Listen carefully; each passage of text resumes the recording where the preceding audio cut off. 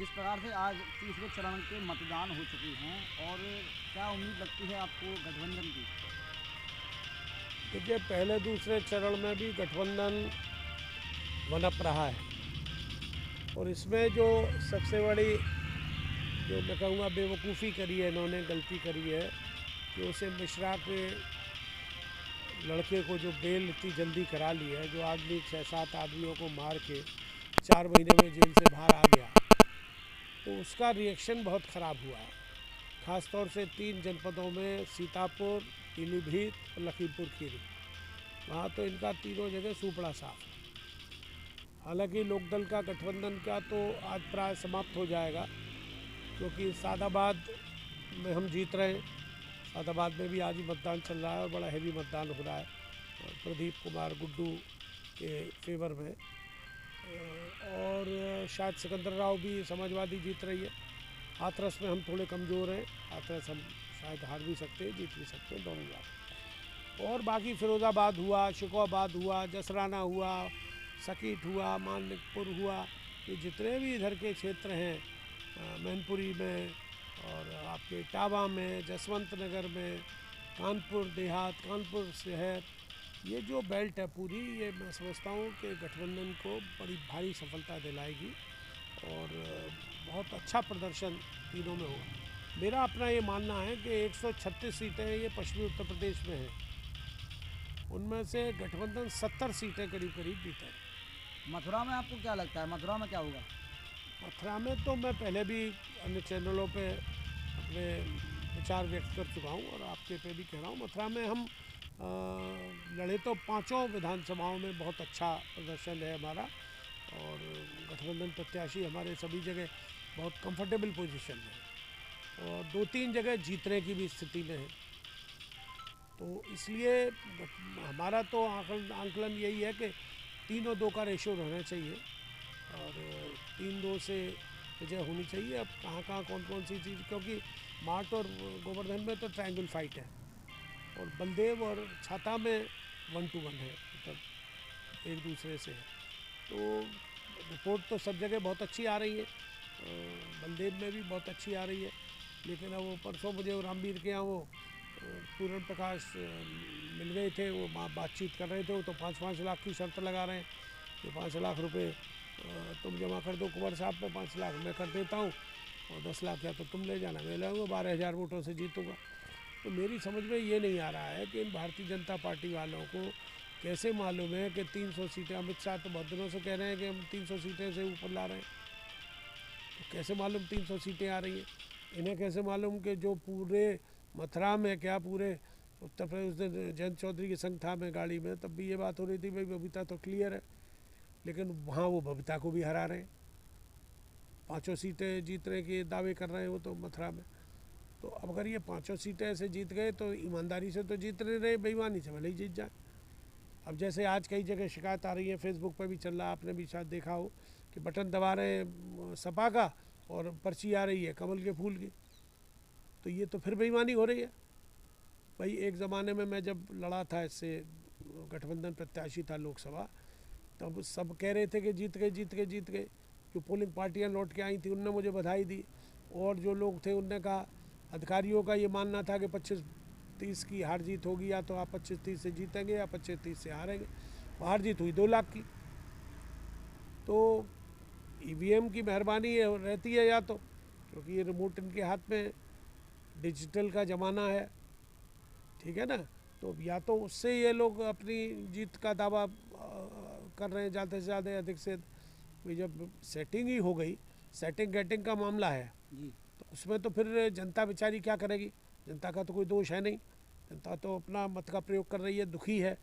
महंगाई इतनी है, डीजल देखिए, पेट्रोल देखिए, गैस सिलेंडर देखिए, रसोई का तेल देखिए, मतलब कोई भी ऐसी चीज़ नहीं है जो आज सामान्य हो। और फिर मैं पूरे चुनाव में देख रहा हूँ कि विकास के मुद्दे पे तो कोई बात ही नहीं कर रहा है। ठंडी और गर्मी, चर्बी और सर्दी, अरे यारो ये कोई बात है करने की? राष्ट्रीय चैनलों पे राष्ट्रीय नेता हो, और गर्मी निकाल दूंगा कि ठंड बढ़ा दूंगा कि बुलडोजर चला दूंगा कि फला, किसी स्तर की तो बात करो यार। तो स्तर से नीचे उठ के बात हो रही है। पहले आदमी सैद्धांतिक बात करता था, आपके जो अखिलेश यादव जी हैं उनके द्वारा भी यही कहा गया है कि हम मथुरा को 300 यूनिट फ्री देंगे, लेकिन लोगों के द्वारा कहा जा रहा है कि जब उनके कार्यकाल में बत्ती नहीं है, बिजली है ही नहीं, तो फ्री देंगे कहाँ से जब बिजली नहीं ऐसा है? है, उनके कार्यकाल में बिजली का उत्पादन कम था और मुझे ध्यान है आखिरी इस वर्ष में ये हो रहा था कि बत्ती आने वाले वर्ष में पर्याप्त मिल जाएगी यूपी को, जिससे कि बिजली का संकट दूर हो जाएगा।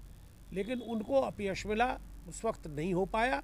लेकिन जब ये सरकार बदली उसके बाद में बिजली का उत्पादन बढ़ गया और इनको ये मिल गया कि बिजली साहब 24 घंटे मिल रही है। कहीं ना लेकिन कहीं आज भी देहातों में 18-17 घंटे बिजली मिलती है, 24 घंटे तो वहाँ भी नहीं मिल रही। कहीं ना कहीं लोगों में ये भी आक्रोश है कि अगर सपा की सरकार आएगी तो फिर से गुंडा राज हो जाएगा। नहीं, ये सब बदनाम करने की बातें हैं। गुंडा राज अब नहीं हो रहा क्या? आज ही आपने अखबार नहीं पढ़ा क्या? उसमें एक लड़की को ज़बरदस्ती उठा के ले गए और 5 लोगों ने उसके संग बलात्कार किया। वो एक महंत जी हैं गोवर्धन के, वृंदावन के, उनके लिए फेसबुक पर चल रहा है, वो लड़की आरोप लगा रही है। एक लड़की आरोप लगा रही है ना कि मुझे नौकरी के बहाने बुला लिया और मुझे छत्तीसगढ़ भेज रहे थे, जाने कहाँ भेज रहे थे, कहाँ नहीं भेज रहे थे। तो ये गुंडागर्दी तो ये संत महात्मा कर रहे हैं जो भाजपा के ठेकेदार बन रहे हैं, तो औरों को आप कहाँ से रोक लोगे? गुंडागर्दी तो करने वाले, देखिए गुंडे किसी के पैदा किए हुए नहीं होते, सत्ता के संग वो चिपक जाते हैं पुलिस से बचने के लिए। कोई इनवाइट नहीं करता है उनको। सत्ता जहाँ होती है वहाँ, जैसे शहद से मक्खी चिपकती है, इसी तरह से ये चिपकते हैं सत्ता से। तो ये कहना कि गुंडा राज हो जाएगा, फलान राज हो जाएगा, गुंडे तो हर कांग्रेस थी तब भी गुंडे थे, समझे आप? तो कौन सा ऐसा जमाना है जब गुंडे नहीं होते हैं? लेकिन आप कहीं आंखें छुपा लेते हैं, कहीं आप उन्हें कर देते हैं। तो आपने गुंडे जो ठंडे किए या बुलडोजर चलाए, वो सिर्फ एक जाति विशेष में ही तो चलाए। विकास दुबे जो मारा गया, वो जिसने हत्या की थी पुलिस वालों की, वो एक अपवाद था। एक अंशु पांडे ने जेल में ही मरवा दिया। उससे ये तय हुआ था कि भाई तू इन 2 बदमाशों को मार दे जेल में। पिस्तौल कैसे पहुंच गई जेल में? बिना प्रशासनिक मिले जुले पिस्तौल पहुंच गई। और जब उसने अंशुल ने वो दोनों मार दिए तो अंशु में भी गोली मार दी। अब बात करी जाए मथुरा चुनाव की, तो यहाँ पर बीच में खड़े हुए हैं एस.के. शर्मा। एस.के. शर्मा का क्या भूमिका रहेगी? नहीं, एस.के. शर्मा, उम्मीद ये थी कि बीजेपी के जो वोट होंगे उनको काटेंगे जी। और चूंकि नाराजगी इससे श्रीकांत से बहुत भारी है, थी नहीं है आज भी। लेकिन अब लोग कह रहे हैं साहब हमने तो श्रीकांत को नहीं दिया, मोदी को दिया है, कि योगी को दिया है, कि फलाने को दिया है, ढिकाने को दिया है। लेकिन एक जनप्रतिनिधि की इतनी आलोचना बुराई कभी हो नहीं सकती जितनी श्रीकांत की हुई है इतने कम समय में। श्रीकांत की वैसे बुराई का कारण क्या रहा?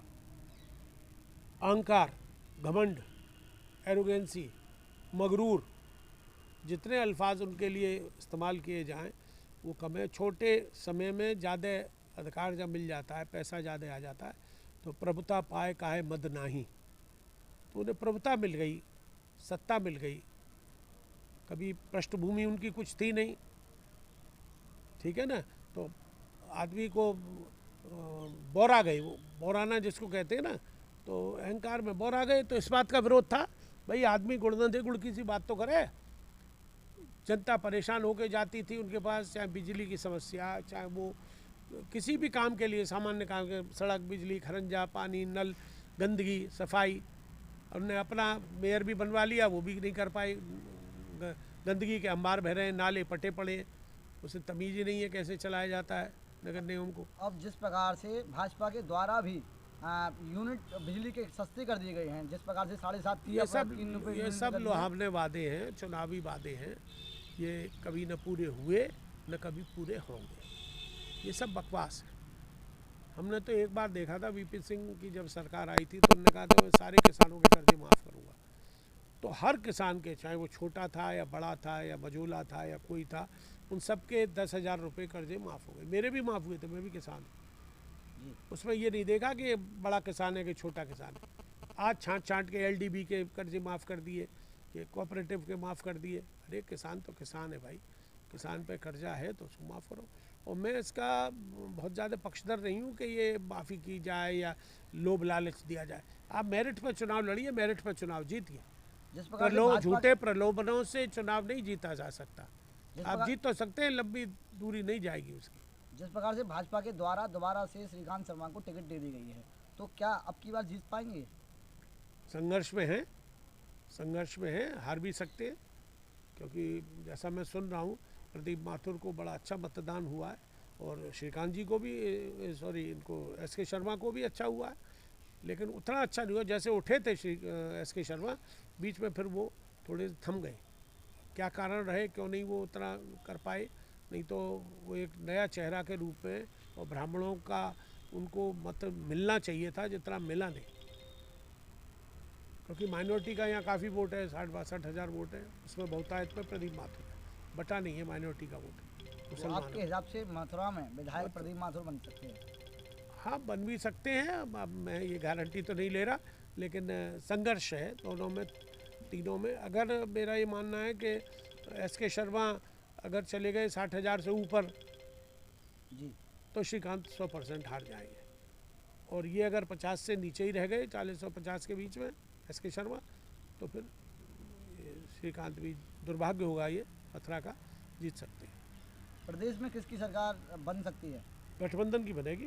गठबंधन की? हाँ, जो आसार दिख रहे हैं, जिस तरह से भीड़ उमड़ रही है उनके अखिलेश के, राजभर के और आर्या के, स्वामी प्रसाद मौर्य के, इन लोगों की जिस तरह से सभाओं में भीड़ उमड़ रही है, जयंत जी ने सभा जो करी उनमें अनएक्सपेक्टेड क्राउड आया है, तो इसका मतलब उसकी जनभावना तो सत्ता के विपरीत है।